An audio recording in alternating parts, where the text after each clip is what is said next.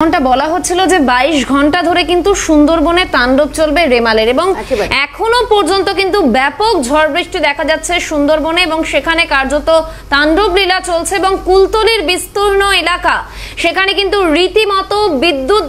বিচ্ছিন্ন হয়ে গেছে গোটা এলাকা এমনটাই জানা যাচ্ছে এবং সেখানকার ছবি দেখাচ্ছি আপনাদের সুন্দরবনে ব্যাপক ঝড় বৃষ্টি কুলতলি এলাকা আপনারা দেখছেন সেই ছবি সমুদ্রে একেবারে প্রবল জলোচ্ছ্বাস একেবারে নদী সংলগ্ন এলাকায় আমরা বলতেই পারি যে সেখানে কিন্তু রীতিমতো ত্রাসের সঞ্চার হয়েছে কারণ যেই পরিমাণ ঝড় বৃষ্টি লক্ষ্য করা যাচ্ছে এবং বেশ কিছু ইলেকট্রিকের পোস্ট ভেঙে গিয়েছে একেবারে নদী সংলগ্ন এলাকায় রীতিমতো ভয়াবহ পরিস্থিতি সৃষ্টি হয়েছে এমনটা কিন্তু বলাই যায় ইতিমধ্যে সেফ শেল্টারে থাকা মানুষজন রওনা দিয়েছেন ঘরের উদ্দেশ্যে সেই খবরও উঠে আসছে একেবারে কুলতলির পরিস্থিতি এই মুহূর্তে আপনাদের সামনে তুলে ধরছি গোটা এলাকা একেবারে বিদ্যুৎ বিচ্ছিন্ন হয়ে পড়েছে তবে এই তাণ্ডব লীলা যেরকম শাহানা বলছিল তার পরের পরিস্থিতি কি এখন কি আপডেট রয়েছে জানবো তমাল রয়েছে আমাদের প্রতিনিধি তমাল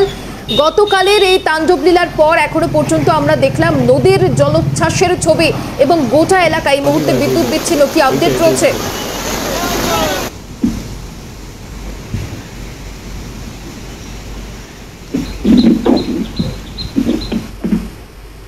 হ্যালো হ্যাঁ তমাল শোনা যাচ্ছে হ্যাঁ দেখো যেটা দেখা গিয়েছিল যে রেমালের ল্যান্ডফলের আগেই গতকাল যেরকম সকাল থেকে সুন্দরবন ঘিরে ঝড় বৃষ্টি শুরু হয়েছিল তারপর থেকে কিন্তু একাধিক জায়গায় এই দিকে পোস্ট পড়ে গিয়েছিল এবং বিদ্যুৎ বিচ্ছিন্ন অবস্থায় ছিল অর্থাৎ কিনা রবিবার সকাল থেকে কুলতলি ব্লক জুড়ে কোনো রকম বিদ্যুৎ পরিষেবা নেই এবং সেই জায়গা থেকে এবং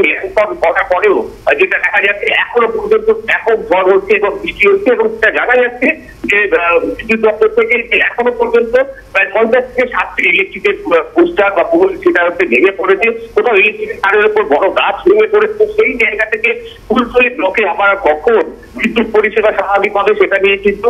বড় সড় প্রশ্ন চিহ্ন দেখা দিয়েছে আমরা বিদ্যুৎ দপ্তরের কর্মীর সঙ্গে কথা বলছিলাম তারা বলছে যেভাবে ঝড় এবং বৃষ্টি হচ্ছে সেই জায়গা থেকে যতক্ষণ না ঝড় বৃষ্টি একটু কমবে ততক্ষণ কিন্তু তারা কাজ শুরু করতে পারবে না অর্থাৎ কিনা যেসব পোস্টার ভেঙে গিয়েছে তার পাশে নতুন করে পোস্টার ইনস্টল করা এবং বিদ্যুতের তার ডুবে আবার পরিপূর্ণ স্বাভাবিক হতে কিন্তু কতক্ষণ সময় লাগছে সেটা কিন্তু এখনো পর্যন্ত বিদ্যুৎ দপ্তরের কর্মীরা বলতে পারছে না অর্থাৎ 24 ঘন্টা অতিক্রান্ত হয়েছে বিদ্যুৎ পরিষেবা বিচ্ছিন্ন করতে এবং আগামী কত ঘন্টা এখানটা বিদ্যুৎ থাকবে কতক্ষণ পরে আসবে সেটা নিয়ে কিন্তু কোনো নিশ্চয়তা নেই বা প্রশাসন কিছু বলতে পারছে না বা বিদ্যুৎ দপ্তরের কর্মীরাও কিছু বলতে পারছে না